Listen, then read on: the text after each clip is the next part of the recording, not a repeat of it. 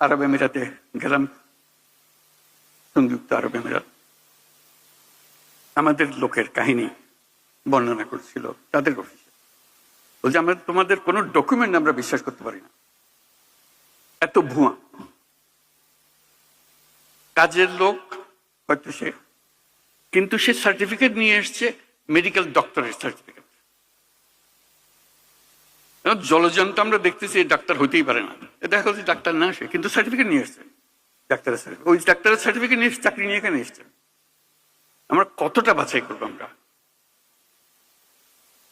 লজ্জায় মাথা হেঁট হয়ে যায় যে আমরা এটা কিছুই করতে পারতেছি। আমরা চাকরি চাই, কিন্তু পরিষ্কারভাবে চাই। এরকম ভুয়া একজন যে চাকরি দিচ্ছে তাকে আমি নিজেকে ডাক্তার বলে পরিচয় দিয়ে গেলাম, আসলে শেষ পর্যন্ত গিয়ে চাকরি নিব কোথাও, শুধু এখানে পার হওয়ার জন্য ডাক্তারের সার্টিফিকেট একটা দরকার।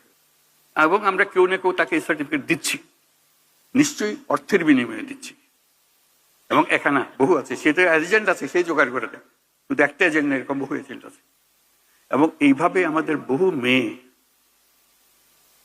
মধ্যপ্রাচ্যে হারিয়ে যাচ্ছে, নিয়ে গেছে, এর মধ্যে ফেলে দিয়ে আসছি, কেউ জানে না। হিউম্যান ট্রাফিকিং এর কি বিষয়, বিভৎস বিষয়। এবং মেয়েদের জন্য আমাদের মেয়েরা যাচ্ছে, তার কি অবস্থায় ফিরে আসছে, যদি সশরীরে ফিরে আসতে পারে, কত লাশ কোথায় চলে যাচ্ছে সেটারও কোনো হিসাব নেই। এই কোন দেশ বানালাম আমরা? আমরা তো দায়ী। আমরা যে আজকে এখানে এসছি, আমরাই তো দেশ চালাই। কাকে কি বলবো? আমাদের নিজের কাছে, নিজের সন্তানদের কাছে আমরা কি জবাব দেব? কাউকে আমরা রক্ষা করতে পারছি না। এই মৃত্যুর জন্য, এই ট্রাফিকিং এর জন্য আমরা দায়ী না? আমরাই তো দায়ী। আমরাই তো সহজ করে দিয়েছি তাকে যাওয়ার জন্য।